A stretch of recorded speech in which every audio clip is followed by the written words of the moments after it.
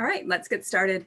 Thank you to everyone for joining us today. We're very happy to be here with you to present this session on affordable housing and our solution.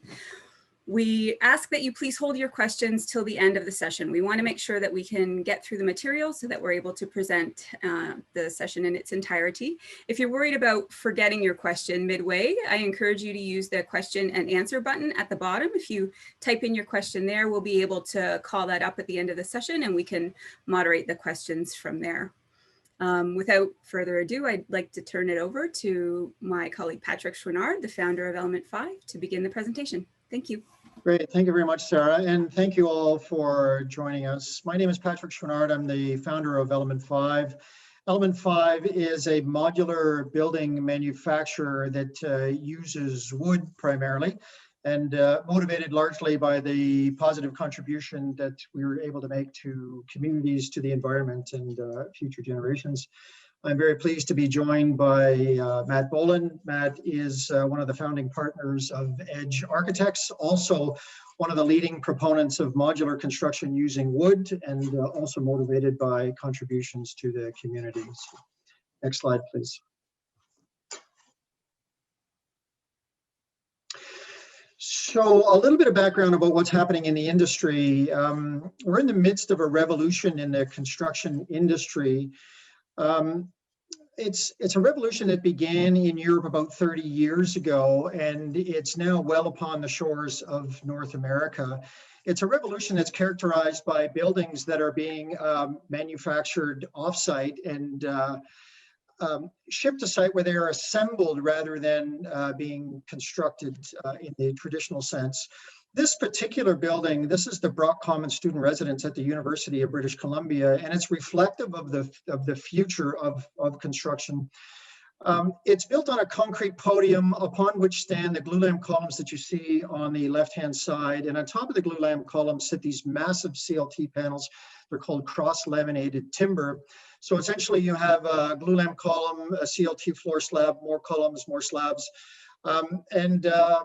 This building is 18 stories tall, and what's also unique about this particular building is the use of prefabricated exterior wall panels. So the panels that you see on the outside of the building, they're prefabricated in a factory, so they come with the structure of the panel, the windows and the doors, and the cladding. And this particular building, standing at 18 stories, was rendered completely weather-tight in 9.5 weeks. And what we've created for the affordable housing solution, or for the affordable housing crisis in the Ontario marketplace, is a similar type of building, but just of smaller scale. Next slide, please.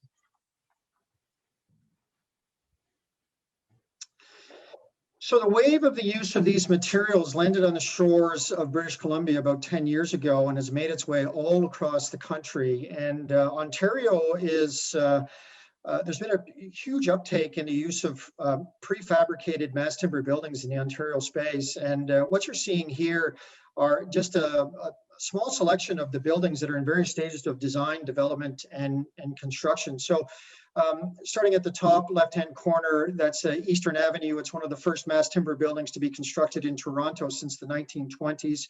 George Brown is building a 10-story building. The University of Toronto is building a 14-story building. Centennial College is building a 16-story building, and on and on. The one in the bottom right-hand corner is Element 5's largest project to date. It's about an 80,000 square foot building for their Toronto Regional Conservation Authority, and we'll be delivering that to site in just about 6 weeks. Next slide, please. So why all the interest in mass timber? There's really, there's something in this for everyone. There's really nothing negative about the mass timber space. So for the owner developer, the conversation is generally about higher return on investment. So in mass timber, we can construct these buildings cheaper, we can construct them faster, more predictably, and generally people are willing to pay a premium to be in these beautiful buildings on the inside. So hence a higher return on investment for the owner developer. For the environmentalist, the concrete and steel industries are responsible for about 12 to 14% of the carbon dioxide in the atmosphere today. And when you're building with wood, what you're doing is you're leveraging our forest natural ability to absorb carbon dioxide and store the remaining amounts of carbon in ever increasing amounts of wood. And if you manage your forest well, as we do here in Canada, you selectively harvest those components and you use wood in order to build things. In the case of buildings, instead of the concrete and steel industries that are spewing carbon dioxide into the atmosphere, you've created a systematic way of removing it from the atmosphere and storing it in the form of these beautiful buildings. And lastly, the benefit for communities or the inhabitants of these buildings. Studies are showing that there are health benefits associated with living and working in environments in which we're exposed to natural elements. And so by exposing wood elements in these structures, we're creating these healthier environments. Next slide. So because the mass timber industry is offering lower cost buildings, faster to construct, and creating these healthier environments, we felt that maybe the mass timber industry has a possible solution to the affordable housing crisis. And in almost every major city in North America, they're all struggling with affordable housing issues. And so what we did, Matt and I got together, and Matt particularly helped put a team together that included himself as architect, engineers, cost consultants, code consultants, envelope consultants. So we put this big group of people, of like-minded individuals, and we said, well, how can we create a more sustainable and affordable solution, for the Ontario marketplace? And this is what we've come up with. So at this point, I'll turn it over to Matt to explain the solution that we've come up with. Great. Thanks, Patrick. I can't actually see anyone else on this call. Apparently we have like upwards of 40 people, so it's great to have such a big group, an interested group. So we're very happy to be here today, and very grateful to Element 5 and Sarah and Patrick for setting this up. So as I'll just jump right in, as Patrick was saying, this initiative we have of this new affordable housing solution. We're very excited about, and to that extent, we've actually been successful in locking up a project that we're moving ahead with. I should state that I've been working with in various levels, not-for-profits and community housing groups and supportive housing organizations throughout this region that we're in, Regional Waterloo, for the better part of a decade. And the one thing that continually keeps coming up in that work is the need for inclusivity. And that's something that we see now spreading over into the affordable housing. You see it at municipal levels with inclusive zoning and all of these things. It's really important to us that affordable or supportive housing or attainable housing isn't stigmatized and shoved off into the corners of our society, but it's something that we can, actually celebrate together and make inclusive. And so that was that's one of our firm's driving goals. And it's definitely, as Patrick mentioned, something that they're aspiring to with their business. And so that was a bit of a departure point. And as some of you probably are well aware, the federal government, all levels of government, but particularly the federal government back this fall, came out with their rapid housing innovation funding, which was almost $1 billion nationally, that was going to be deployed out through municipalities and then to individual organizations to support the rapid construction and or providing of affordable housing. And so that caught our attention, and we started working with and talking to various groups. And one thing though that we realized is that although this was this amazing investment and opportunity, there was also some risks. And the risks were if all we were going to focus on in bringing that housing to market was the reduced cost and the accelerated assembly, the rapid housing having, this funding tied to being able to deliver occupancy within 12 months, there was a risk. And what we were seeing out of some of the other solutions was that this stuff might not be the best quality living environments and may over time become stigmatized further. And so we wanted to, on our side, come up with something that could meet all the objectives, but also could contribute to healthy and sustainable environments for occupants, regardless of who those occupants were. So that was basically our departure point.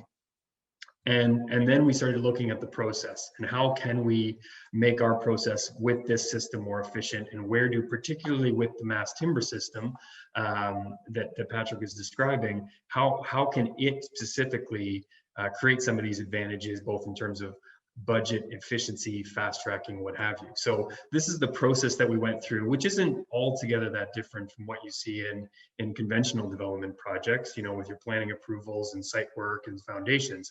However, if you look at points 4 and 5, where you talk about the superstructure and your roof and wall panelized, and that panelized prefabricated off-site system, that's really the opportunity that we have here. The rapid housing investment that's made at the federal level, it wasn't purely just based on finished boxes. It was defined in a way that actually allows for prefabrication of components that can then be assembled on site. So that gave us this opportunity using Element 5 and their new facility that Patrick's going to talk about in St. Thomas as this real relevant solution that was going to be successful. So again, that's what we have started working with. As we were working through it, we realized, there's a lot of different advantages to using this system that we want to take advantage of and communicate. So, I mean, the durability and security side, oftentimes, whether it be affordable housing or supportive housing, there's, wear and tear and durability, long-term durability, things that people are concerned about. And this product, the dense nature of both the floor and the wall and the structural systems, obviously very durable, very and able to take that sort of tolerance. The other is the rapid assembly. One thing that we'll do that I'll show you in a couple of slides on the constructability side is the ability to erect this quickly, erect that superstructure up and then enclose it as quickly as possible is really essential to the fast tracked nature. It also creates cost savings through construction, but the fast tracking, it's really essential to that. So one thing we've done is in a lot of our conventional projects that do use non-combustible building, such as cast in place concrete or particularly precast concrete, there was a way we basically took the same logic that we use when we were laying out precast concrete or total precast type building structures, and we tried to design this mass timber in a way that could be compared apples to apples with that system in terms of the dimensions and how those things are laid out. And as we'll see in some of our further slides, that rapid assembly is actually assisted by the mass timber product simply in the fact that a typical precast slab is about 4 feet wide versus what Element 5 is able to do out of their facility and transport is about 3 times that width by the same length. So it really creates this efficiency in, a third of the number of picks and drops on every site, which helps speed up construction significantly. So again, that ties in again with the modular and those prefabricated components. And as again, we go on, there's other advantages in terms of the fire performance. It's important that when we're talking about mass timber, I think most people are aware, but this mass timber and its dense nature and its ability to char, it creates really strong fire ratings that are proven and tested and understood. We have a lot of conversations, not just with our trades and engineering partners, but with municipalities and building officials, and those values and that understanding is out there now. Acoustics the same way. Again, we have this great team of both product suppliers and engineers and consultants who work with us on all of our testing of assemblies to make sure that we're providing, particularly in the multi-residential space, those required sound transmission class ratings that are needed and part of building code. Building performance and energy efficiency, again, as Patrick alluded to, this is a product that just naturally is in and of itself. By using this carbon sink, it's a way that is naturally very sustainable, but it also has other benefits. The thermal conductivity of the product, it really helps limit thermal bridging. Also, the way that you'll see in terms of our wall cladding panels, all the insulation and thermal protection and moisture protection is on the outside of the product, which really helps in terms of how you assemble the thing and the overall performance, and again, various other sustainable benefits from the system. So again, as I was saying, we want to get into when we were looking at the overall constructability, it really broke down for us into 3 major subheadings. So there's the superstructure itself. So you can think of the walls and the floors and how those go up and how quickly they go up. Then you have the circulation elements, so the stairs and the elevators that are a key part of moving people through the building. And then finally, the cladding and the envelope on the outside. So you can see here from this diagram that we'll go through how that works. One thing we've looked to do is, again, for that speed of erection, is to pair and pull out the circulation elements outside of the main superstructure of the building. And that creates a lot of different advantages in terms of laying the buildings out on the sites where they are. There usually tends to be a natural way that those fit. But I mean, it should be noted too that this system is very flexible to be used in different ways on different sites and for different scales of buildings. So again, going into that flexible structural layout, you can see what we worked with, again, going back and pairing it to other systems and our experience in laying out efficient multi-residential buildings is we are working with basically 3 times the width of a typical precast plank at 3.5 meters versus 1.2. And then we use the same range of a length of a panel in that sort of 11.5 to 12.5 meter length. The one big advantage to this system is typically in non-combustible bearing, you'd only bear on the end of the panels, but the mass timber system, whether you're using bearing shear walls, CLT walls, or glulam columns, having multiple points of bearing throughout a single panel actually is advantageous. It can be a good thing, and it allows you to minimize your thickness of your product and therefore save volume and save costs. So we've actually deployed that here, and you can imagine in a multi-residential layout where you have all of these different demising walls and partition walls, it naturally sets up an opportunity to create multiple points of bearing. And so that's one thing we've been able to use with a lot of success. We've showed down here, not to get into too technical on anything, but just we've looked at different assemblies that we're now applying to how we can achieve our sound ratings throughout these spaces using this very simplified structural system. And the one thing you'll notice is that in most cases, we're trying to expose the underside of this system to get that aesthetic quality and warmth into these spaces. So again, vertical circulation, this is something through the maximum panel length that Element 5 can produce right now is 16 meters. And on a 4-story multi-res building, that actually allows us to stand these panels end for end. So you can again imagine the efficiency of being able to drop these things in vertically. It can create huge efficiencies. Once we get into 5 and 6 stories for some of our multi-res and our mid-rise densities and affordable housing, obviously then we get into some more challenges with our building code and where they're looking for additional fire protection and non-combustibility. There's ways we can do that with this system, or again, we've also looked at and have designed out scenarios with Element 5 where we've actually used a non-combustible concrete core of vertical circulation paired with the superstructure of the units themselves in the mass timber, and that works as well in that side of a hybridized approach. Finally, one of the last things, and this is, again, as Patrick mentioned on the Brock Commons projects, these prefabricated wall systems where you can get them delivered to site and get that building sealed up that much quicker. This is the clip system, which is actually an Element 5 system, state of the art for them, where they're using an actual CLT backing panel that can clip very efficiently onto this structure. And then it comes to site with at least the insulation layer in terms of some sort of rigid insulation, wood fiber or other, getting a really high R value all on the outside of the building, which again, from a thermal performance is ideal. Water thermal vapor barrier, air barriers, all applied along with some strapping.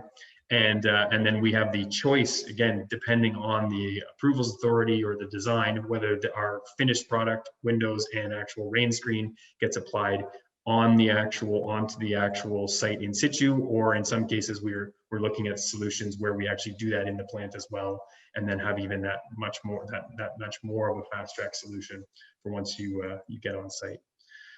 So finally here on this piece, I just wanted to show, this was actually a unit we've done recently.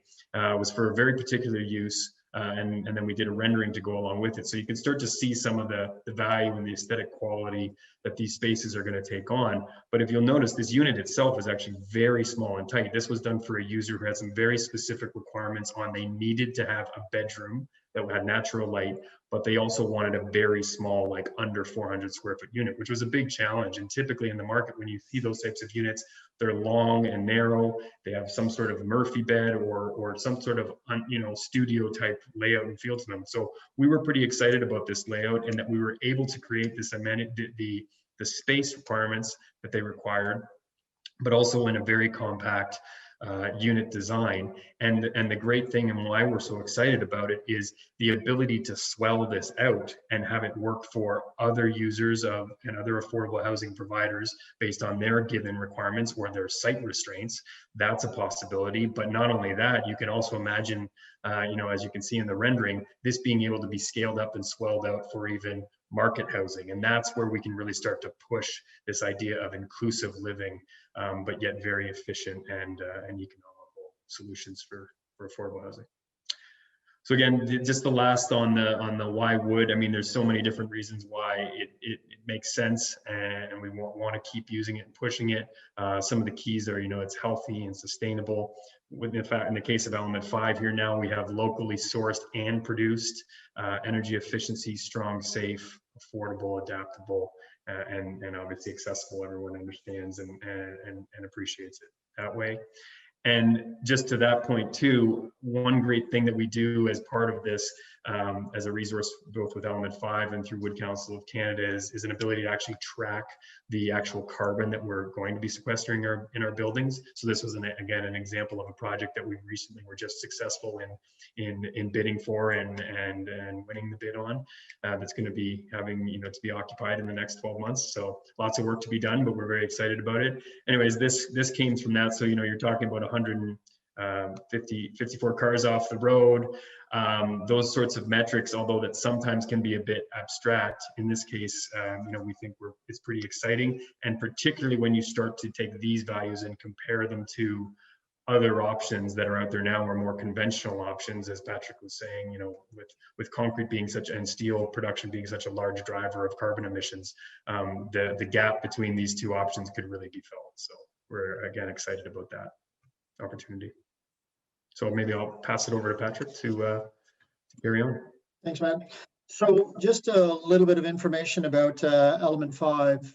We were founded in late 2015, and we had our first plant, which is located in Quebec, about an hour due east of Ottawa. And over the last 3 years, we produced about 40 projects so far, sort of small to medium-sized projects, but you know, built a good relationship for us and did some wonderful projects. We always had our sights set on the larger opportunity, and we've been working for a number of years to build a new facility in St. Thomas, Ontario, and you'll see obviously a few photographs of that plant there. It is in fact the most fully automated mass timber manufacturing plant in the world, which we're very proud of. 137,000 square feet.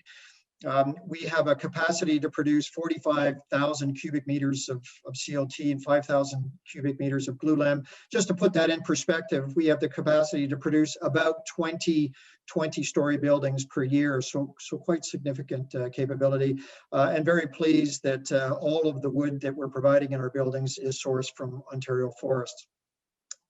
Next slide, please. So Element 5 core values, so fabrication excellence, I've just touched upon that. Our commitment to sustainability, so we take pride in all of our wood coming from Ontario forests.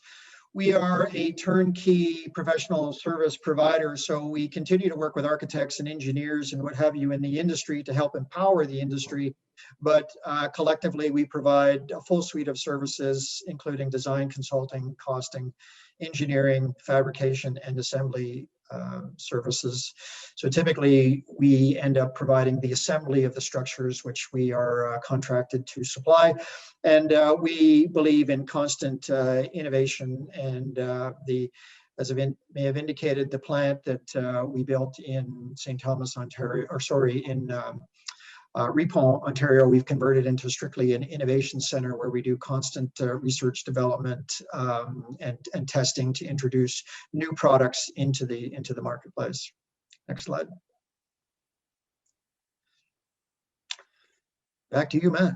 Back to me. Yeah, so this is, I mean, I think one of the exciting things for us in this work we've been doing with Element 5 and some of our other partners is just how it happens over time. It's not, you know, just drop in your lap sort of thing. And it's always just about, as we both, Patrick and I think in our work and in our team's work, been doing over time. And so for us, we have a lot of these same drivers that inspire us and that keep our interest: sustainable design, innovative construction, mass timber, high performance, and modular particularly. And in this case, that modular connection and some of the projects that we were doing that in the past have all sort of rolled together and created this really great opportunity. And again, I keep referring to the fact that we are very excited about where we think we can take this and just how applicable and how much it's going to be, I think, a needed solution, not just in affordable housing, but even in that missing middle of mid-rise multi-residential construction. So